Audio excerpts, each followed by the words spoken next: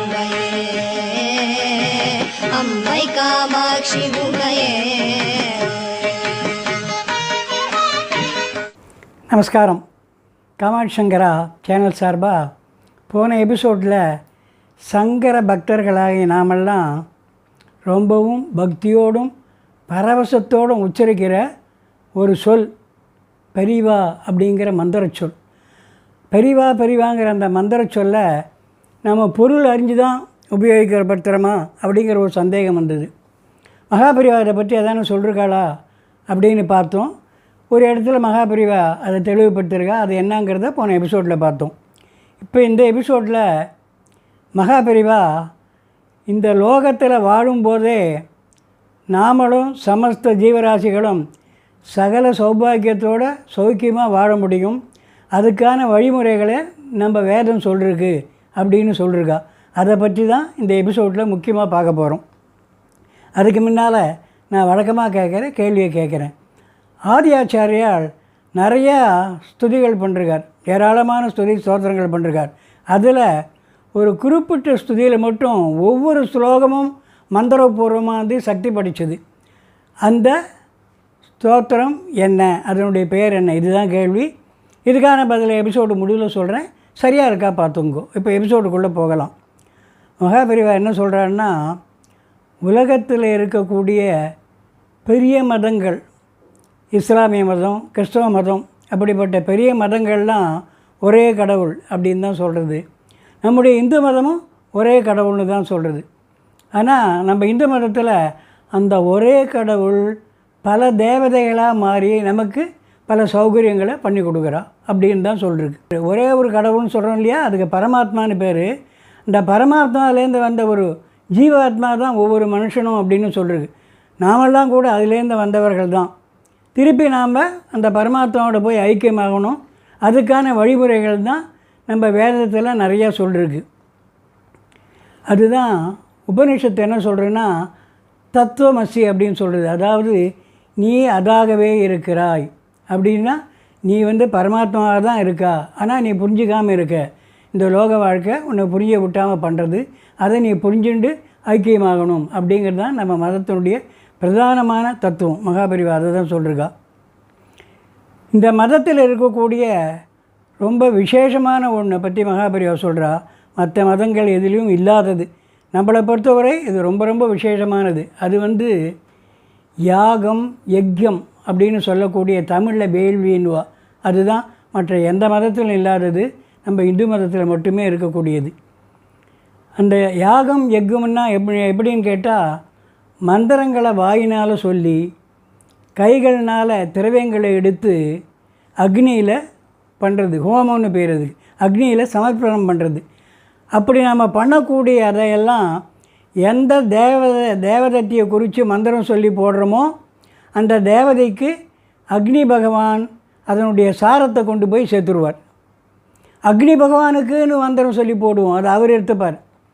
மற்ற தேவதைகள் இருக்கு இல்லையா, ருத்ரன், விஷ்ணு, யமன், இந்திரன், வாயு, வருணன், இப்படி நமக்கெல்லாம் க்ஷேமத்தை கொடுக்கக்கூடிய பரமாத்மாவுடைய ஒரு அங்கமாக இருக்கக்கூடிய சர்வ சக்தி படைத்த அந்த தேவதைகளுக்கெல்லாம் நம்ம ஹோமத்தில் இதை சமர்ப்பணம் பண்ணால் அக்னி என்ன பண்ணுவான், சாரத்தை கொண்டு போய் அவளுக்கு சேர்த்துடுவான். ஏன்னா அவளை நம்மளை மாதிரி பௌதிகமான உடம்பு கிடையாது, அவள் உடம்பு வேறு மாதிரி. அவளுக்கு எப்படி கொடுக்கணுமோ அதை அக்னி கொடுத்துடுவான். இப்போ நம்மளே எடுத்துங்கோ, பகவான் நம்மளை மனுஷங்களாம் படிச்சிருக்கார். நம்ம என்ன பண்ணுறோம், எதையோ சாப்பிட்றோம். இனிப்பு சாப்பிட்றோம், கசப்பு சாப்பிட்றோம், காரம் சாப்பிட்றோம், அரிசி சாதம் சாப்பிட்றோம், கோதுமையில் சப்பாத்தி சாப்பிட்றோம், இட்லி, தோசை, வடைன்னு என்னென்னமோ சாப்பிட்றோம் இல்லையா. இதை எல்லாத்தையுமே நம்ம வயிற்றில் இருக்கக்கூடிய ஜடாக்னின்னு பேர்.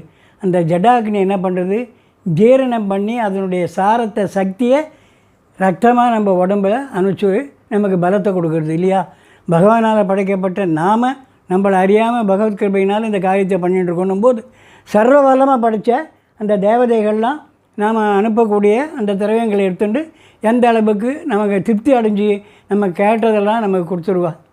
நம்ம சௌகரியமாக வாழறதுக்கான வசதிகளை பண்ணி கொடுத்துருவா அப்படிங்கிறத மகாபெரிவா சொல்லிருக்கா. இந்த யாகம் யஜ்யம் பண்ணுறதில் நம்ம சௌகரியத்துக்காக பண்ணுறதில் வைதிகர்கள்கிட்ட எந்த ஹோமம்னு சொன்னால் எல்லாருக்கும் புரியுது சட்டுன்னு இப்போது அதில் போடுறதுக்கு தான் ஹோமம்னு பேர். அப்படி சொன்னாலே புரியுது. எந்த ஹோமத்தை பண்ணால் எந்த நன்மை நமக்கு கிடைக்கும், அல்லது எந்த நன்மையை அடையிறதுக்கு என்னென்ன ஹோமத்தை பண்ணணும் அப்படின்னு கேட்டால் வைதிகாலெலாம் ஒரு பெரிய லிஸ்ட்டே கொடுக்குறா. இப்போது ஒரு விவாகமாக இருந்தாலும் சரி, உபநயனமாக இருந்தாலும் சரி, ஹோமமாக இருந்தாலும் சரி, அதுக்கான பொருட்கள் என்னென்னவோ அதை எல்லாத்தையும் வைதிகாலே ஒன்று வந்துடுறா. இப்போ உதாரணமாக ஒரு ஹோமம் பண்ணுறோன்னு வச்சுங்கோ, இந்த ஹோமத்துக்கு 2 கலசம் தேவை, கலசத்துக்கு சுத்தத்துக்கு துணி தேவை, நவகிரகத்துக்கோசரம் நவதானியம் தேவை, அதுக்கான 9 வஸ்திரம் தேவை, ஹோமத்துக்கான நெய் தேவை, அது கூட அதில் ஹோமத்தில் சமர்ப்பணம் பண்ணுறதுக்கு என்னென்ன முடியுமோ அத்தனை ஐட்டங்களையும் அவள் வந்து வாங்கிட்டு வந்துடுறா. ஒரு இது கூட மாவில் கூட விடுறதில்லை, எல்லாத்தையும் கொண்டு வந்து நமக்கு ஒரு கஷ்டம் இல்லாத நன்னாவே பண்ணுறான். அர்த்தங்கள்லாம் சொல்லியே பண்ணுறா. இப்போ அதுக்கு சொல்ல வந்தேன், இப்போ இருக்கக்கூடிய வைதிகள்லாம் நல்லாவே தான் பண்ணுறா. அவள் லிஸ்ட்டு கொடுத்துருக்கான்னு இல்லையா, எந்தெந்த இதுக்கு என்னென்ன காரியம் பண்ணணும், ஹோமம் பண்ணணும் அப்படின்னுட்டு. அதை பார்த்தோன்னா இப்போது வயசாகிடுத்து நிறையா பேருக்குன்னு வச்சுங்க, உடம்பு முடியல, விடாமல் படுத்துறது, மாறி மாறி டாக்டர்கிட்ட போகிறோம், பல டாக்டரை பார்க்குறோம், டாக்டர் மாறி மாறி பார்க்குறோம், மருந்து கூட்டிகிட்டே போகிறது, உடம்பு குணமாக மாட்டேங்குது. அதுக்கு என்ன பண்ணுறதுன்னா, அதுக்கு ஒரு நவக்கிரக ஹோமம் இருக்குது. அந்த நவக்கிரக ஹோமத்தை பண்ணால் நமக்கு வந்து நம்ம நோயை நம்ம விட்டு போயிடும். நோயே வராமல் இருக்கிறதுக்கு ஒரு ஹோமம் இருக்குது, தன்வந்திரி ஹோமம்னு பேர்.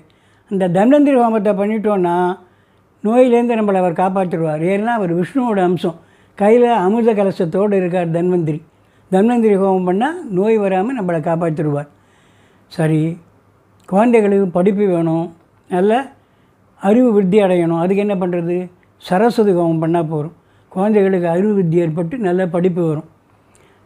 நல்லா படிச்சுட்டு இருக்கான் ஒருத்தன், ஆனால் அவனுக்கு நல்ல வேலையே கிடைக்கல, என்ன பண்ணுறது? அவனுக்கு வேலைக்குன்னா வித்யா விஜய ஹோமம்னு இருக்குது. அந்த ஹோமத்தை பண்ணால் படித்ததுக்கு ஏற்ற வேலை, அதோடு நல்ல வேலை அவனுக்கு கிடைக்கும். படிச்சுட்டான், வேலை கிடச்சி கொடுத்து வேலையில் தான் இருக்கான், 4-5 வருஷமாக ஆகுது, விவாகத்துக்கு பார்த்துட்டே இருக்கா, நல்லா வரனே அமையலை, எல்லாம் தள்ளி தள்ளி போகிறது. அதுக்கு என்ன பண்ணுறதுன்னா ஸ்வயம்வர பார்வதி பரமேஸ்வர ஹோமம் அப்படின்னு இருக்குது.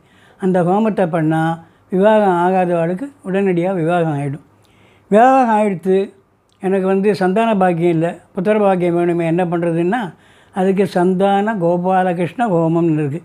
அந்த ஹோமத்தை பண்ணிவிட்டா புத்திர பாக்கியம் இல்லாதவளுக்கு குழந்தை பிறந்துடும். அத்தோட ஜெகநாதர் கஷேத்திரம் இருக்குது, திருப்புல்லானி போய் ஜெகநாத கஷேத்திரத்துலேயும் சந்தான கோபாலகிருஷ்ணன் இருக்குது, அதையும் தரிசனம் பண்ண சொல்லுவாள் வைதிகா. அதையும் பண்ணலாம் இதுக்கு கூட. அத்தோட குழந்தை பிறந்துடுத்து, எனக்கு 2 பெண் குழந்தையாக இருக்குது, எனக்கு ஒரு ஆண் குழந்தை வேணுமே, கொல்லி வைக்கிறதுக்கு எனக்கு ஆம்பளை பிள்ளை வேணுமே அப்படின்னு கேட்குறவா இருக்கா இல்லையா, அவளுக்கு புருஷ சுக்த ஹோமம் பண்ணால் ஆண் குழந்தை பிறக்கும். 2 குழந்தை எனக்கு ஆண் குழந்தையாக இருக்குது, ஒரு பெண் குழந்தை வேணும் எனக்கு, வீட்டில் வந்து கன்னியா பொண்ணு வளாத்தினா தானே லட்சுமிகரம் இருக்கும், அதனால் ஒரு பெண் குழந்தை வேணும் அப்படின்னா அதுக்கு ஸ்ரீசுக்த ஹோமம் பண்ணால் பெண் குழந்தை பிறக்கும்னு சொல்லியிருக்கு. பண கஷ்டம், ரூபாவே இல்லை வீட்டில், என்ன பண்ணுறதுன்னா லட்சுமி குபேர பூஜை பண்ணால் ஆற்றுல வந்து பணம் கொழிக்கும், நிறைய பணம் ஏற்படும். எந்த காரியம் பண்ணாலும் தடங்கள் ஏற்பட்டே இருக்குது, அதை நிவர்த்தி பண்ணுறதுக்கு என்னென்னு பண்ணல. எப்படியான தடங்கள் வந்துடுறதுன்னா சண்டிகோமம் பண்ண அந்த தடங்கள் நீங்கிடும். நினைச்ச காரியம் நல்லபடியாக நடக்க மாட்டேங்கிறது, எதிர்கள் தொல்லை விடாமல் இருந்து எல்லாத்துக்கும் தடுக்கிறது, அது நீங்கணும்னா அதுக்கு சுதர்சன ஹோமம் பண்ணணும். அதை பண்ணால் எதிர்கள் தொல்லை தூள் ஆகிடும். வீட்டில் வந்து வாஸ்து ஹோமம் இருக்குது, குடும்பம் நன்னாக இருக்கிறதுக்கோசரம் வாஸ்து ஹோமம் பண்ணால் அந்த குடும்பம் நன்னாக இருக்கும். ஒத்துமை வீட்டில் ஏற்படுறதுக்கும் ஒரு ஹோமம் இருக்குது, அந்த மாதிரி கீதா ஹோமம்னு ஒன்று இருக்குது, அதை பண்ணால் வீட்டில் குடும்பத்தில் ஒத்துமை ஏற்படும். எல்லாத்துக்கும் மேலே கணபதி ஹோமம் இருக்குது, ரொம்ப விசேஷமானது கணபதி ஹோமம். எந்த சுபகாரியத்துக்கும் கணபதி ஹோமம் தான் பண்ணணும். புதுசாக வந்து எதான வியாபாரம் பண்ணுறா அதுக்கு, புது வீட்டுக்கு வந்து கிரகபேசம் பண்ணிட்டு போகிறா அதுக்கு, இப்படி எல்லா விஷயத்துக்கும் கணபதி ஹோமம் நமக்கு வந்து எந்த விக்னமும் ஏற்படாமல் நம்மளை வந்து காப்பாற்றும். அதனால் கணபதி ஹோமங்கிறது ரொம்ப விசேஷமானது. ஆயுஷ் நிறையா இருக்கணும் அப்படின்னாக்கா ஆயுஷ் ஹோமம் பண்ணணும். மிருத்யுஞ்ச ஹோமம்னு இருக்குது, அந்த மிருத்யுஞ்ச ஹோமம் பண்ணால் பயம் நம்மளை விட்டு போயிடும், பயந்துகிட்டே இருப்பா சில பேர், அந்த பயம் போயிடும். அவளுக்கு வந்து அகால மரணம்னு சொல்லுவாள் இல்லையா, அந்த மாதிரி எதிர்பாராத மரணம் வராது, தீர்காயுசாக இருப்பாள். இதெல்லாம் நம்ம வேதத்தில் நம்ம மதத்தில் இருக்கக்கூடிய சிறப்புகள். இந்த மாதிரி நிறையா இருக்குது, பல ஹோமங்கள் இருக்குது. சரி, வைதிகார் சொல்கிறான், நல்லா பண்ணித்தரான். இது நடக்குமா? நிச்சயமாக நடக்கும். நம்பிக்கையோடு பண்ணணும், சரியான முறையில் பண்ணணும். பண்ணால் இது எல்லாமே நல்லபடியாக நடக்கும். 2000 வருஷத்துக்கு முன்னால் ஆதி ஆச்சாரியர் காலத்தில் மீமாம்சகர்கள் அப்படின்னு இருந்தால், இந்த தேசம் பூராவும் ஒரு மதமே இருந்தது, மீமாம்ச மதம். கர்ம மீமாம்சகர்கள்னு பேர். அவள் என்ன பண்ணியிருந்தான்னா, கர்மா பண்ணுறா. வேதத்தில் சொல்லக்கூடிய தர்ம கர்மாக்கள், குறிப்பாக இந்த ஹோமம் பண்ணுறது, இதை மட்டுமே பண்ணி திருப்தி அடைஞ்சிருந்தா. இதை பண்ணால் காரியம் நடக்கிறது. அவள் என்ன சொன்னால், நாங்கள் எங்களுக்கு என்ன வேணுமோ அதுக்கு ஹோமம் பண்ணுறோம், அது நடந்துடுறது. அப்புறம் எதுக்கு நாங்கள் கோவிலுக்கு போகணும், தெய்வத்தை வணங்கணும், அதுக்கு அப்புறம் என்ன தெய்வம் அப்படின்லாம் சொல்லிட்டு இருந்தாவா. கர்ம மீமாம்சகள்னு அங்கே நாடு பூரா இருந்தா, பாரத தேசம் பூரா நிறைய இருந்தா கர்ம மீமாம்சகள்னு. அதில் முக்கியமானவர் தான் குமாரில பட்டர், நம்ம மண்டன மிஸ்ரர், 2 பேர். இவள் 2 பேரும் ஆதி ஆச்சாரியர்கள் வாதம் பண்ணி பொறுமையாக சொல்லி, அவள் விளக்கி எடுத்து சொல்லி, கர்மா பண்ண வேண்டியது தான் அவசியம். ஆரம்ப ஸ்டேஜ் தான் அது கர்மா. கர்மா பண்ணால் அதுக்கான பலன் கிடைக்கும், ஆனால் அது கர்மாவே கொடுக்காது. கர்மா பலனை கொடுக்கக்கூடியது பலதாதான்னு பேர். அது ஈஸ்வரன் தான். ஈஸ்வரன் தான் பலதாதா, அவர் தான் பலனை கொடுக்குறார், கர்மாவே கொடுக்காது. அதனால் நீங்கள் எல்லாமே ஈஸ்வர அர்ப்பணம் பண்ணிவிட்டால் தான் மோட்சத்துக்கு போக முடியும். இல்லைன்னா திருப்பி நீங்கள் என்ன கர்மா பண்ணுவேன், திருப்பி மரணம் ஜனனம், ஜனனம் மரணம். இங்கே மனுஷனாக பிறந்தால் இங்கே பாவம் பண்ணாமல் இருக்க முடியாது. பாவம் பண்ணால் மோசமான ஒரு பிறவி ஏற்படும். அதனால் இதிலேயே உழண்டுட்டே இருக்கணும். இதில் என்ன பிரயோஜனம்? நீங்கள் வேதம் படித்து நீங்கள் மோட்சத்துக்கான வழி பார்க்கணும் இல்லையான்னு பெரிய ஆதி ஆச்சாரியால் சொல்லி அதை அவெல்லாம் ஏற்றுண்டு அத்தனை பேரும் ஆதி ஆச்சாரியோட ஃபாலோவர்ஸாக ஆகணும். இது நடந்தது. ஆகையினால் நடக்குமான்ற சந்தேகம்லாம் இந்த கலிகாலத்தில் கூட வேண்டாம். நடக்கும். நம்பிக்கையோடு பண்ணணும், சரியான முறையில் பண்ணணும். பண்ணால் நிச்சயமாக எல்லா விதமான க்ஷேமங்களும் நமக்கு ஏற்படும். 3 விதமான பலன்கள் சொல்லிருக்கா மகாபரிவா. இந்த யாகம் யஜ்யம் வேள்விங்கிறதுல நமக்கு 3 விதமான பலன். முதல் பலன், இந்த லோகத்தில் இருக்கும்போதே நல்ல இதை பண்ணி நம்ம நமக்கு தேவையான சௌகரியங்களெல்லாம் ஏற்படுத்திக்கிறது. 2வது பலன், சொர்க்கத்துக்கு போகணுன்னு பண்ணுறதுன்னு ஒன்று இருக்குது. சொர்க்கத்துக்கு போகணும், சொர்க்கவாசம் வேணும்னு சொல்லிவிட்டு அதுக்கான ஹோமத்தை பண்ணி வேதம் சொல்கிறதுல கர்ம காரியங்களை முறையாக பண்ணணும். பண்ணால் சொர்க்கலோகத்துக்கு போக முடியும்.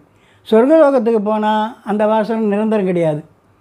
இங்கே பூலோகத்தில் இருக்கிறத விட சொர்க்கலோக வாசம் வசந்தது தான், பல விதத்தில் வசந்ததுங்கிற மகாபரிவா. ஆனால் அந்த நம்ம பண்ண புண்ணியம் தீர்ந்த உடனே பொத்துன்னு பூலோகத்தில் தள்ளிவிடுவாள். இங்கே தான் விழுந்தாகணும். இங்கே விழுந்தாலும் திருப்பி நம்ம நற்காரியம் பண்ணால் தான் நம்ம நல்ல கதிக்கு போக முடியும். இப்படி சொர்க்கலோகம் போனாலும் நிரந்தரம் இல்லை, பூலோகமும் நிரந்தரம் இல்லை, மோட்சம்தான் நிரந்தரம். அதுதான் 3வது சொல்கிறோம். 3வது என்னென்னா, நம்ம மோட்சத்துக்கு போகிறதுக்கான வழியை பண்ணணும். அது எப்படின்னா, கீதையில் பகவான் சொல்லிருக்கிறபடி கடமையை மட்டுமே செய்யணும். நிஷ்காமிய கர்மான்னு பேர். இப்போ பண்ணுறதுலாம் காமிய கர்மா. எனக்கு வேணும், என் குடும்பத்துக்கு வேணும், எனக்கு வேணும், இப்படி இல்லை. லோகமெல்லாம் க்ஷேமமாக இருக்கணும். நிஷ்காமியம், எனக்குன்னு ஒன்றும் வேண்டாம். இந்த லோக க்ஷேமத்துக்காக தான் கர்மா ஏற்பட்டது, அந்த கர்மாவை பண்ணுறது என்னுடைய கடமை அப்படிங்கிற எண்ணத்தோட நிஷ்காமியமாக கர்மா விடாமல் தொடர்ந்து பண்ணிகிட்டே இருக்கணும். நம்ம ஆசையை நம்ம விட்டு போயிடணும். எனக்குன்னு ஒன்றுமே வேண்டாம், எனக்கு வேண்டாம், எல்லோரும் சௌக்கியமாக இருக்கட்டும், லோகம் க்ஷேமமாக இருக்கட்டும், சமஸ்த ஜீவராசிகளும் நன்னா இருக்கட்டும் அப்படிங்கிற எண்ணத்தோடு அதையே பண்ணிட்டு இருந்தால் அவளுக்கு சித்த சுத்தி ஏற்பட்டு ஞானம் ஏற்பட்டு மோட்சத்துக்கு போயிடுவாள். இதுதான் மகாபரிவா சொல்கிற 3வது இது. அதை போகிறதுக்கு மகாபரிவாவோட அம்பாளும் நம்மளுக்கு அனுகிரகம் பண்ணணும்னு நம்ம பிரார்த்தனை பண்ணிப்போம். இப்போ நான் ஆரம்பத்தில் கேட்ட கேள்விக்கான பதிலை சொல்கிறேன். ஆதிசங்கரர் பண்ண ஒவ்வொரு ஸ்லோகமும் மந்திர சக்தி வாய்ந்ததுங்கிறது சௌந்தரிய லகரி. இப்போ இந்த வாரம் காஞ்சிபுரம் காமாட்சி கோயில் நடக்கக்கூடிய முக்கிய சம்பவம் கூட பார்ப்போம். 10ஆம் தேதி வெள்ளிக்கிழமை தங்கரதம் அட்சய திருதியை, 12ஆம் தேதி ஞாயிற்றுக்கிழமை சங்கர ஜெயந்தி, 14ஆம் தேதி செவ்வாய்க்கிழமை மாசப்பிறப்பு, அன்றைக்கும் தங்கரதம். அடுத்த வாரம் வேறு சில முக்கிய நிகழ்ச்சிகளோடு சந்திப்போம். மகாபரிவா பதாரவந்தங்களே சரணம். ஹரஹர சங்கர, ஜெய ஜெய சங்கர, ஜெய ஜெய காமாட்சி.